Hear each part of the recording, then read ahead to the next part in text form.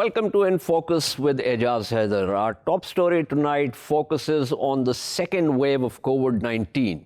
In Asia, the 5 countries reporting most deaths are India, Iran, Indonesia, Iraq, and Turkey. In the Americas, the 5 countries reporting most deaths are the United States, Brazil, Mexico, Peru, and Colombia. In Europe, the 5 countries reporting most deaths are the United Kingdom, Italy, France, Spain, and Russia. Countries are already going into partial or full lockdowns.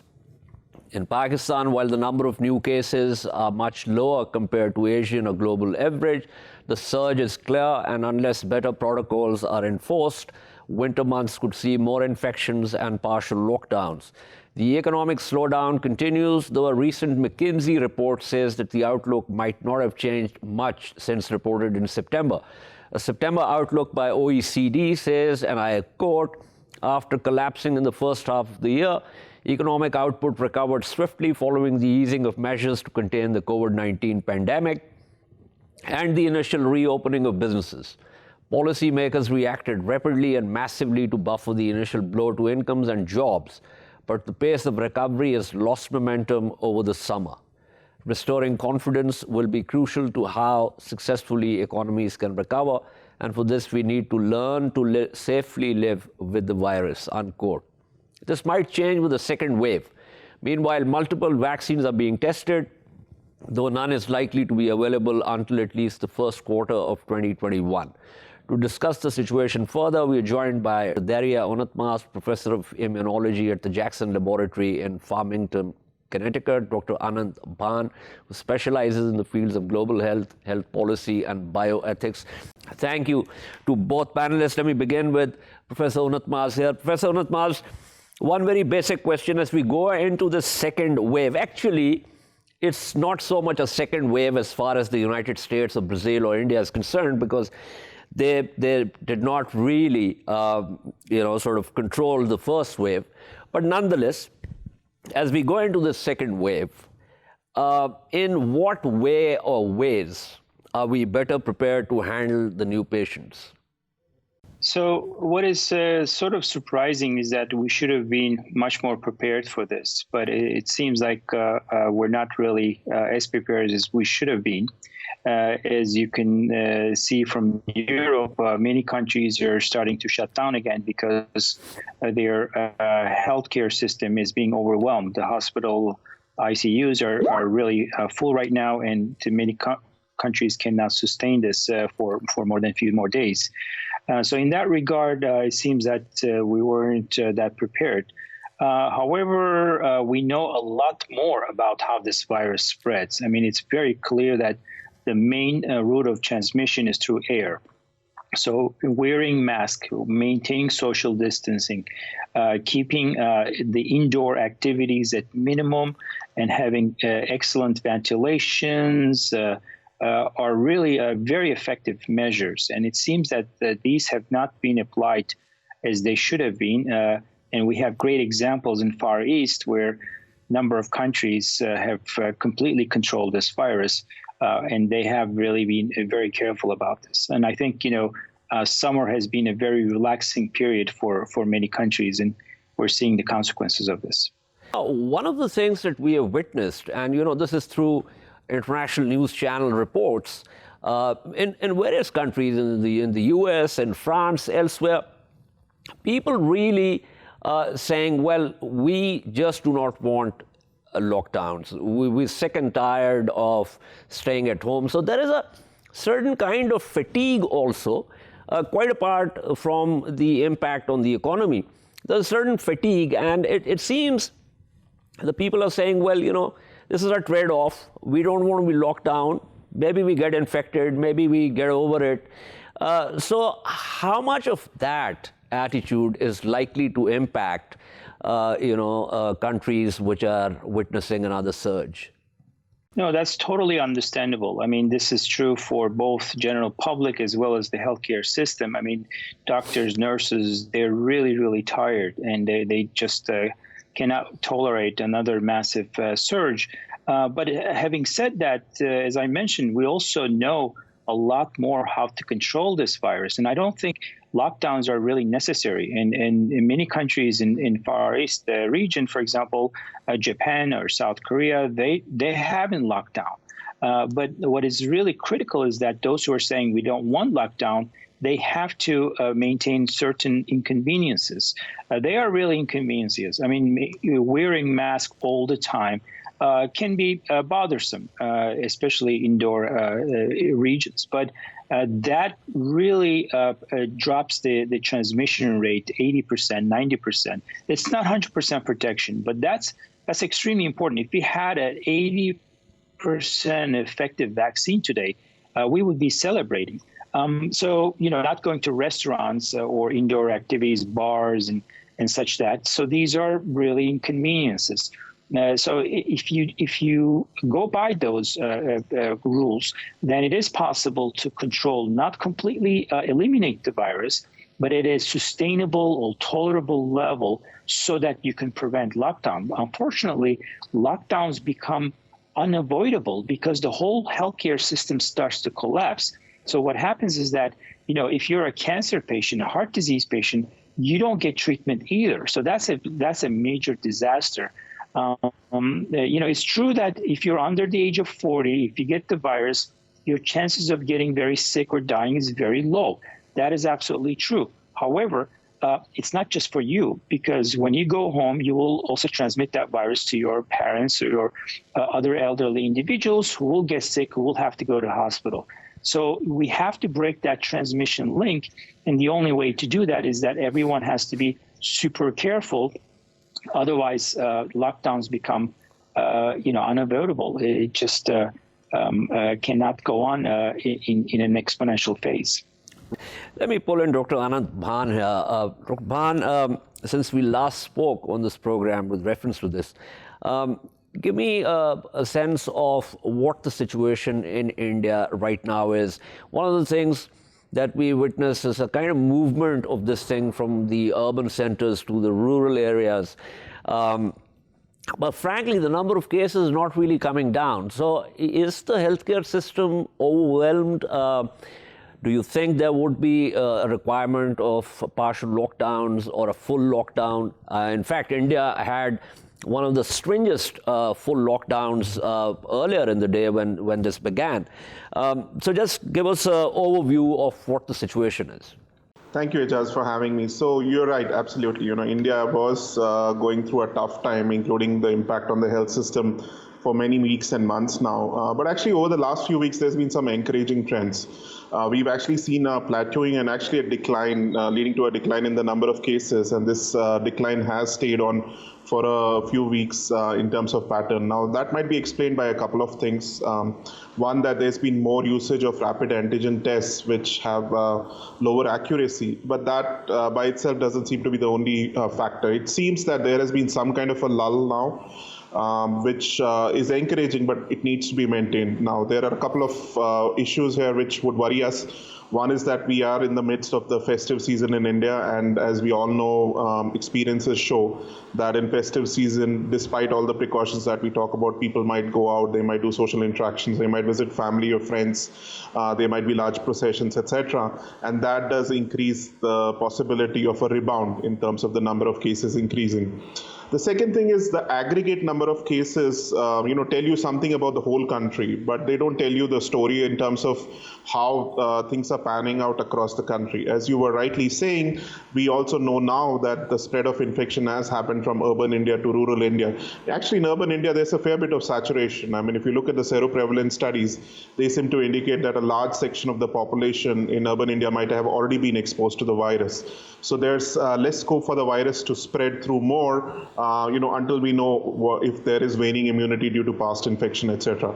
But in rural India, we still have a lot of susceptibility. Overall, we have a lot of susceptibility. So in the absence of adequate precautions being taken, especially in rural India, we could face a situation where there is again a rapid increase in the number of cases during the winter season, when pollution also starts to increase in large parts of India, which also means that more respiratory ailments, and with winter-related viral infections also spreading, plus COVID-19 being around. So that is a kind of a dangerous mix which we need to worry about.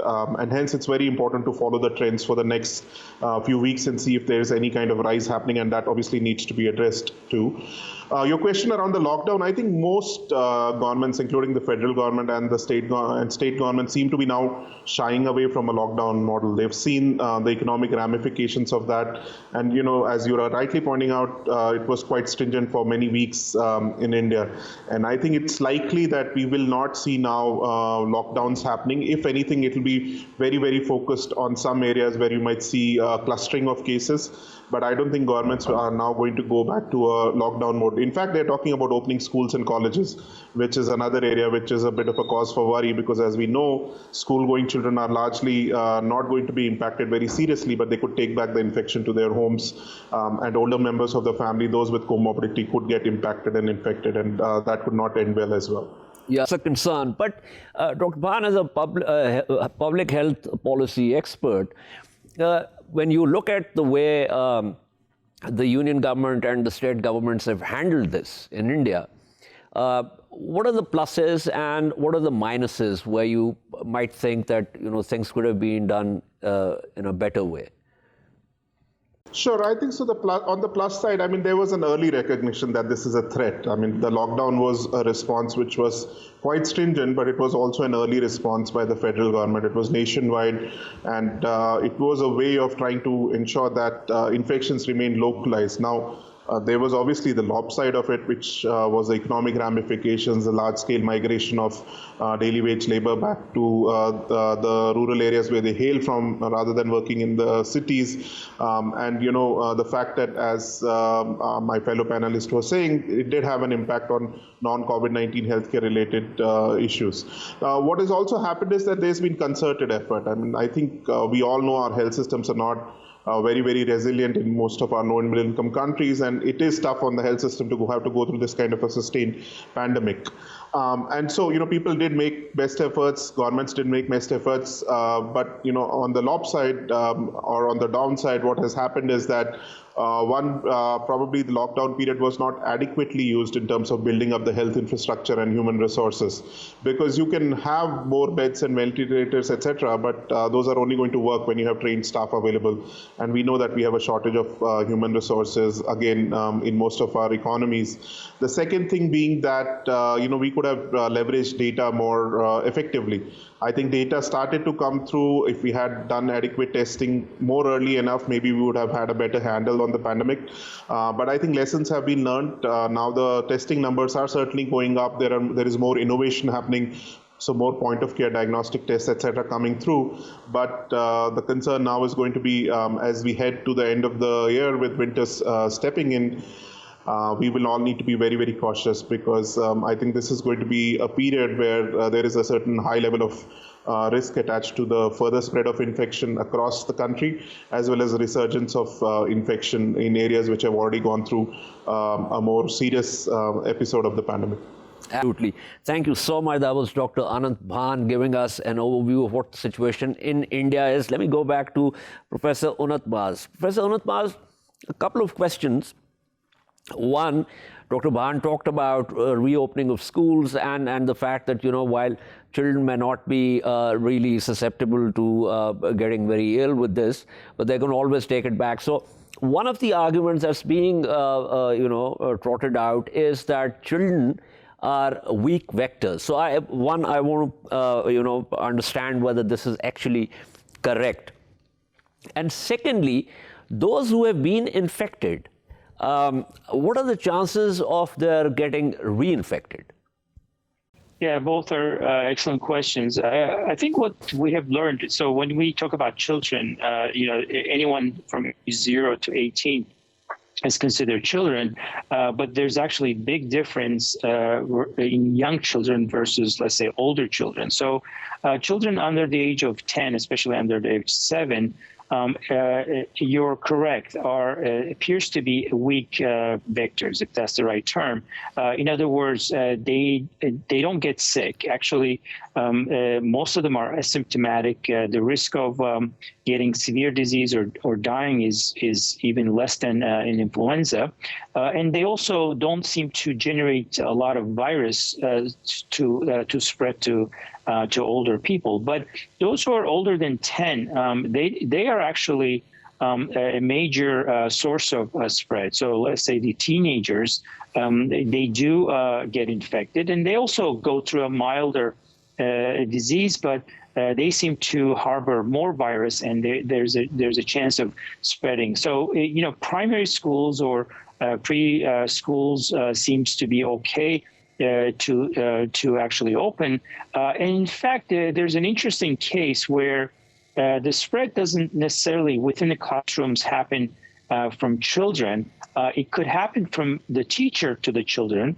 And you're going to say, why? And that's because when you talk, especially when you talk with a loud voice, and if you don't have a mask, then you are likely to spread more virus through these small particles, small water particles.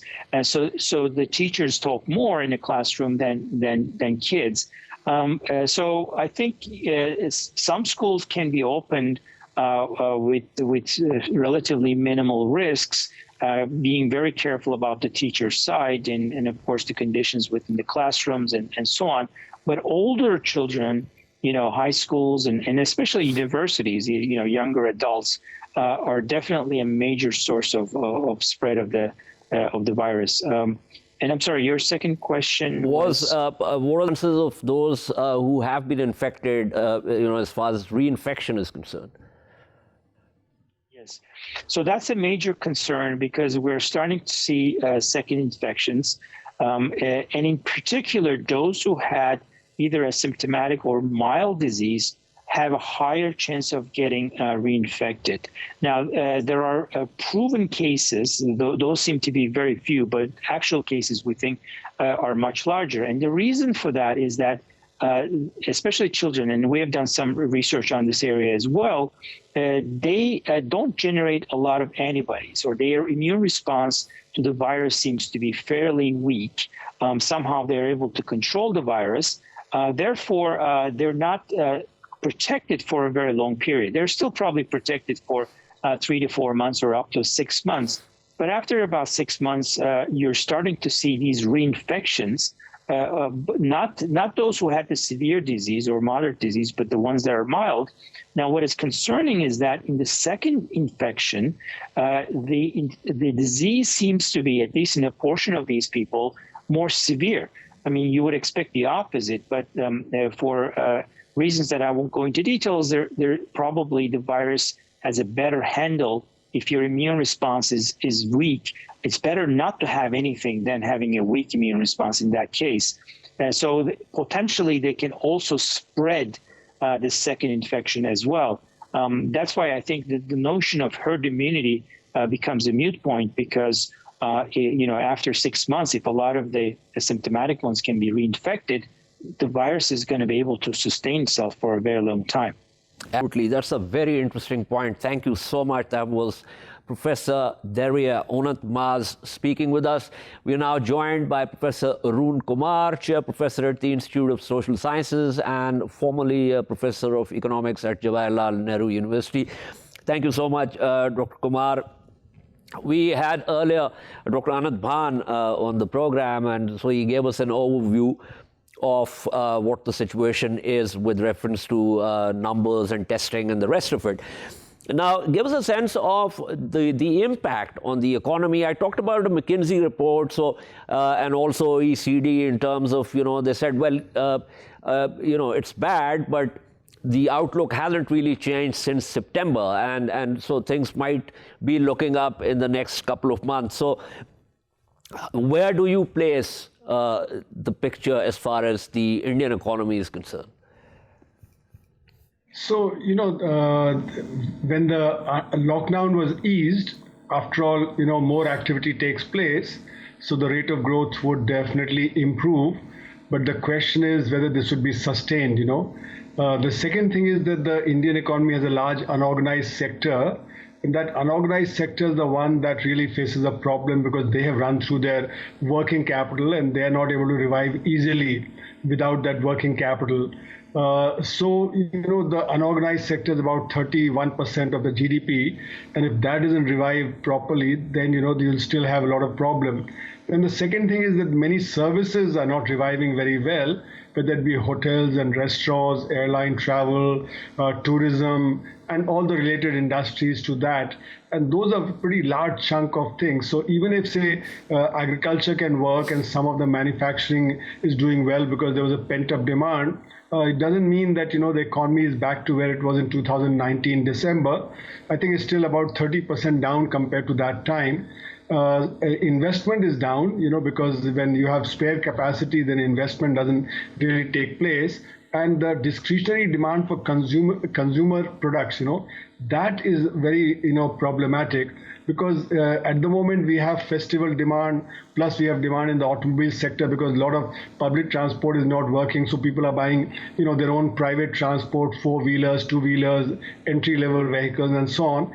But whether that will sustain beyond the point of, the festival, which will end in another 20 days' time, whether that will sustain, that is the big issue. And as your previous speaker was saying, there's always a probability of a second wave of attacks, especially as the winter is approaching and pollution levels in North India are high, that could lead to a second wave, and therefore there's a lot of uncertainty. And finally, even in the organized sector, employment is down. According to one of the reports, which is what we call Center for Monitoring Indian Economy, it said about 20 million people in the organized sector, also salaried people, they also lost employment. And of that, about 5 million were professionals. Now, these are the people who demand, these kind of discretionary items. And if they haven't been able to recover their employment and their income, then, that will mean that demand will peter out very quickly. So in a sense, it's a very uncertain time for the Indian economy as to what's going to happen in the coming 2 months and 3 months. We cannot predict very well without that, knowing where the pandemic is going. Right. Now, before we got into this pandemic problem, I remember you and I discussed on this program the slowdown of the Indian economy, the negative growth in many sectors. Now, of course, and then COVID-19 happened. So there was already a sort of, negativity in terms of, the economic slowdown. And then, of course, you now have the burden of COVID. So have any of the sectors that were slowing down pre-COVID seen any kind of uptake, or have they further gone under? Like automobile sector, which was doing very badly last year and early the year before, that has suddenly picked up in the last 3 to 4 months because people are looking for personalized vehicles for travel because public transport is not fully functional. There were restrictions on the number of passengers that buses could carry and the number of passengers that could get onto the metro. So, the automobile sector has done well, but, other sectors like the unorganized sectors I was mentioning, that is really not doing better than what it was doing last year. Pharma sector would do well because, of the illness and the demand for increased amount of medication and so on. So these are the few areas, IT sector, for instance, will do well. E-commerce is doing well because, people are not going that much to the market. They're ordering on e-commerce, but that correspondingly means that the retail sector will not do well because demand has shifted from, brick and mortar companies to the e-commerce.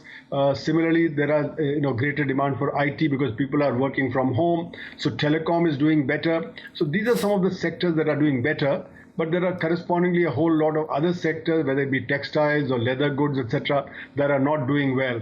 So the problems that were there earlier because of the inequality and because of the problem of the unorganized sector, those problems are continuing. Absolutely. Thank you so much. That was Professor Arun Kumar giving us an overview of the state of the Indian economy post-COVID, and as we move forward in the next 3 to 4 months. We are now joined by Dr. Samia Altaf, a physician and public health specialist, currently associated with the Lahore University of Management Sciences. Dr. Altaf, thank you for being on the program. We're looking at the trends, of course, the Americas, Europe, elsewhere. And while Pakistan's new cases, the numbers are much less compared to the Asian average and also the global average, the fact is that we're looking at a surge. And that could begin to overwhelm the public health sector. So give us your sense of where the situation is, and is there any way that we can actually enforce the basic safety protocols in public? Yes, thank you very much, Mr. Haider. It's very nice to be able to talk to you. You know, I'm not sure what one calls a surge, because if you look at the numbers and if you look at the trends over the past 6 months, we find that this virus has gone through our population in a very typical manner of viruses that cause epidemics of this kind. I was able to pull together some information about the recent increase in numbers, which is that, you know, on June 21, Pakistan had the highest number of cases per day, which was 6,825. And they had the highest number of deaths, which was 153, which came to, you know, the death due to this infection as 2.24%. And on October 31, which is the latest date that the government gives its figures, they have 807 cases and there have been 11 deaths. So the death because of this infection is 0.018%. So yes, you know, we were at the height of the epidemic. That was what was happening. But another information is very interesting, which is that somewhere around in September, when we had the lowest rates, when the trend came down and the rates were the lowest, we still had about the infections and the deaths, which was comparable to what it is today. So to me, it seems it's not a surge, it's not a second wave. I think the way the virus went through our population is that because in large cities, the lockdown was not a lockdown and people did not follow SOPs, so people managed to infect each other, and quite a substantial portion of the population probably developed immunity. The research that comes from Pakistan, you know, one conducted by a group at National Academy of Health Sciences in Islamabad, and I think another group in Karachi said that the serology positive patients were about 11 to 15%. And of course, you know, that is a number which is a little bit of a conservative number because the antibodies seroconvert. You know, there is research that the antibodies do not stay for a long time. So I'm not sure it's a surge. The WHO is also saying that these are cluster infections because the virus basically travels in when it finds susceptible people and when they cluster together, and there is not much of protection because by physical means, by masks and such. The way I read it, I think that the virus is going through the population in a typical manner of such viruses. And that is not to say that there is still not a large proportion of our population that is very vulnerable and that needs to be protected. Another indication is that as of now, even as of today, hospitals in Lahore do not have any arrangements for COVID patients. You know, there's no COVID wards. Of course, they have intensive care units where they say that if anybody has respiratory difficulty, they can be brought there, but there's no COVID ward. So it seems to me that, you know, this is the natural way that this virus is going through our population. We still need to be very careful. We still need to protect our vulnerable people. We still need to be cognizant of this fact that, you know, we should wear masks and practice social distancing. But, you know, this kind of panicked reaction of closing down and lockdowns creates a lot of harm in ways which are also very real in people's lives. You know, the people who have have to go for chemotherapies or who have to have, who are having heart attacks or other health problems are not being able to get to their doctors. Children are not being immunized. So we have to look at the overall picture in terms of how much harm are we creating ourselves by our reactions, and how do we mitigate the harm created by this disease?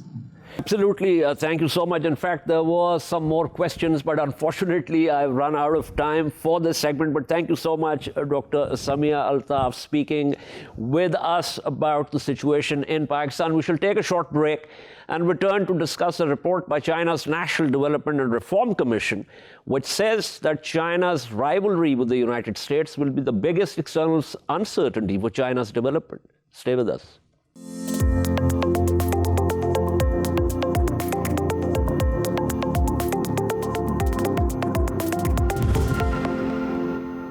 Welcome back to In Focus. We now turn to discuss a report by China's National Development and Reform Commission, which says China's rivalry with the United States will be the biggest external uncertainty that restrains its medium and long-term development. However, the report also says that time is on China's side. NDRC is China's top economic planning agency. Let's dive right into our discussion. We are joined by Shaun, author of books detailing China's economy and development, and the founder and managing director of China Market Research Group, and Andrew K.P. Leung, chairman of Andrew Leung International Consultants. Thank you for being with me. Let me begin with Shaun here. Shaun, the report says China will have to seek development in an ever more unstable and uncertain world. It also talks about the rivalry with the United States. And as I said in my opening, but nonetheless, the time is on China's side. So what exactly does that mean? What's going to happen over the next 5 to 10 years, it's very clear that Chinese companies are going to focus more on self-reliance, so indigenous innovation. Because it's clear that the United States doesn't want to sell semiconductors and high-end technology to Chinese companies anymore, like ZTE or Huawei. And so in order for China to continue to innovate, in order for China to take the lead globally in innovation, they're going to have to focus on making semiconductors themselves. They no longer can rely on the United States supply chain for their needs. But frankly, it's not just going to be technology. I think you're also seeing, because of some of the tension with other countries, that China's going to focus on growing more produce in China, doing more seafood, so they don't have to rely on Australia, where tension is really getting hot between China and Australia, or China and India. So I think it's all going to be about self-reliance. That's the name of the game for the next 5 to 10 years, to build up domestic Chinese companies. Right. That's very interesting because I have a couple of assessments in front of me, and they also talk about self-reliance. For instance, one says the technology rivalry from the U.S. gives China the impetus to become a leader in technological innovation, thanks to China's vast market, big talent pool, and supportive policies. So, yeah, that's, and also Huawei launched its new 5G handset. Its chief executive, Richard Yu Chendong, said the tech giant was coping with the very difficult situation after Washington banned the sale of advanced chips and other technological supplies. Let me pull in Mr. K.P. Leung here. Mr. Leung, would you agree with Shaun Rein's assessment of what the situation is and how China is going to deal with it? Well, I like to flag up the macro picture. It was the big picture. As the Chinese leadership has highlighted, this is really a once in a century kind of change, a true paradigm shift in the relationship between China and the existing superpower. Don't forget that the United States tried to woo China into the world liberal order, helping China to enter into the World Trade Organization. And then there was a hope at the back of the United States that somehow China would become more like the United States, not only so in perhaps in the openness and the kind of liberal model, but on the other hand, the truth is, this kind of hope or expectations have now fallen by the wayside. So there is now a bipartisan consensus, very strong consensus, that they're going to seeing China as an existential threat to American dominance, to the liberal world order created by the United States. So this is a very, very big change. And that's why you're seeing the United States is pushing China on all fronts. Trade, technology, Taiwan, Hong Kong, South China Sea, Tibet, Xinjiang, you name it. And in fact, it's using all means, fair or foul, to contain China. And that's why China is now coming up with this next 5-year plan. Is unlike any other 5-year plan, because in the context of this broad picture, that if China doesn't confront this challenge, and it's both a challenge and an opportunity. So the reference that time is on China's side is because the Western democratic countries, they have got to worry about electoral cycles. 4 years, and then maybe another president, and even in the second term, is unlikely to last forever. I mean, at most another 4 years. Whereas China is now under President Xi's leadership, is now clear as many of the obstacles internally. It's not totally clear yet because there's still a lot of corruption, a lot of problems, regional inequalities, and also even the poverty is still making a lot of headway, and of course the environment as well. But China is now progressing on all these fronts, including combating climate change. So I think that this is really a game changer as far as China is concerned. Okay. Shaun, Rein, anything you want to add to what Mr. Leung is saying before I ask you another question?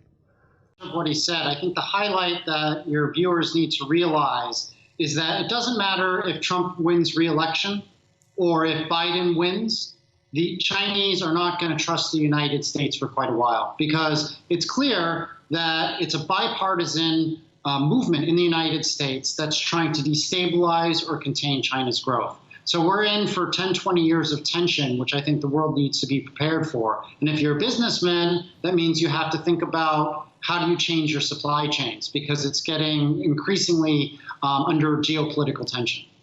Right.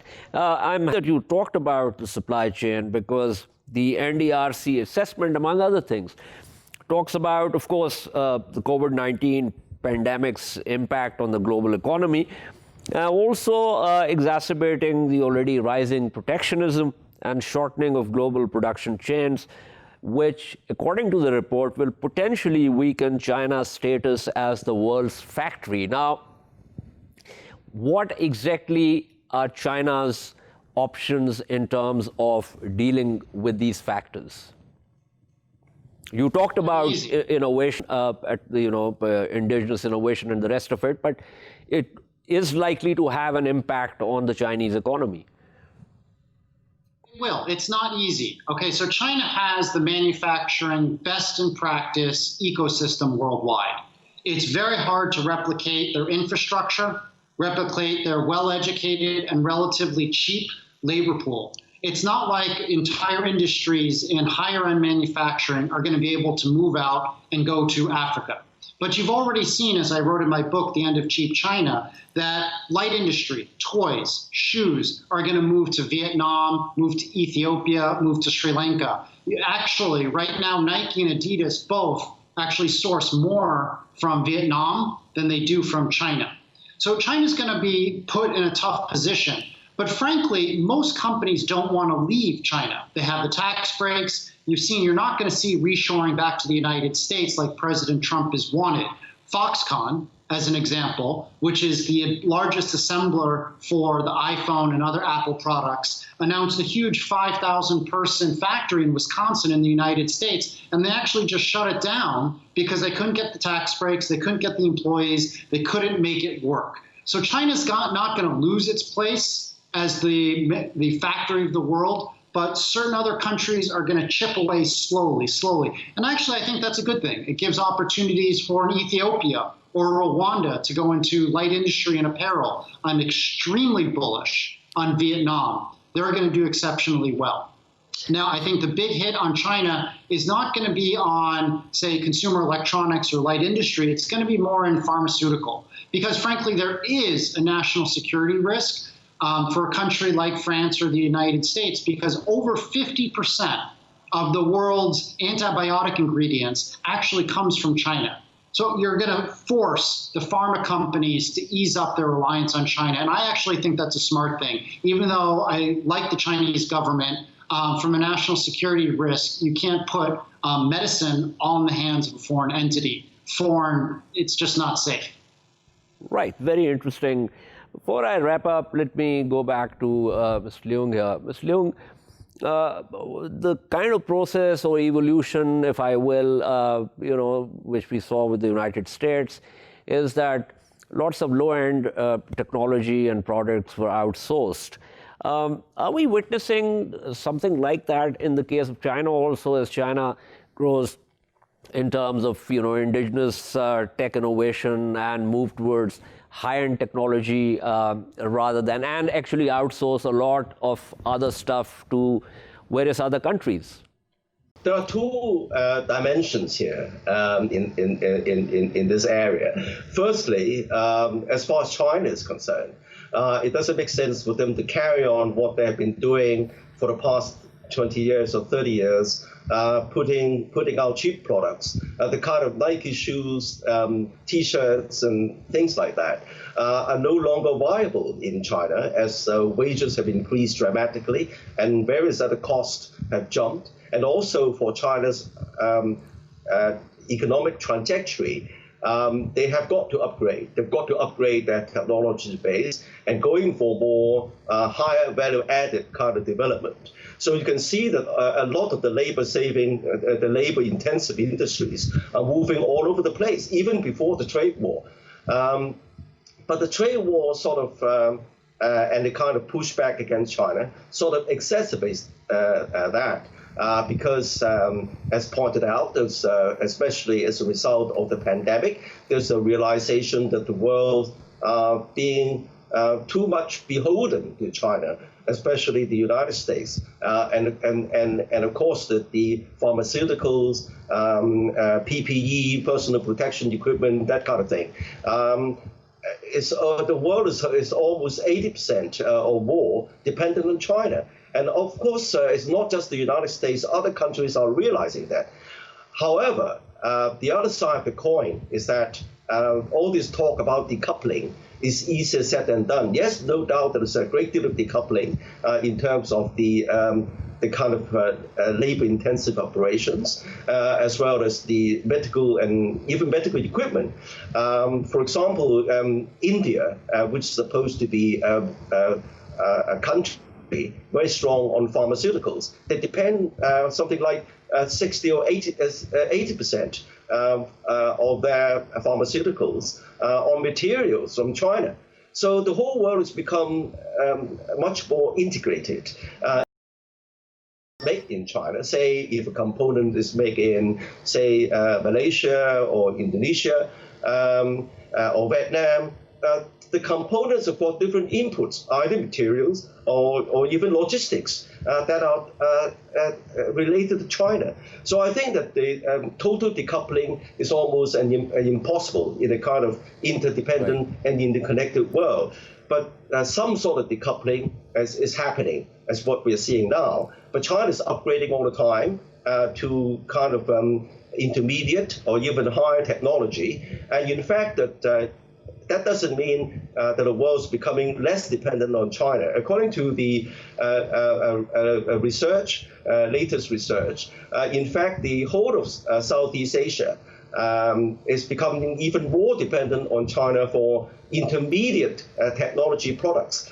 In other words, even though labor-intensive operations are outsourced to countries like Vietnam or Malaysia, they still have to depend on China for intermediate technology. So I think that we're seeing a more nuanced situation here. Right. So the situation will rationalize itself at some point. But thank you so much. That was Shaun, Rein, and Andrew KP Leung speaking with us. This is all from In Focus tonight. We shall see you tomorrow At the same time, keep following our latest updates on social media at indus.news. Good night and goodbye.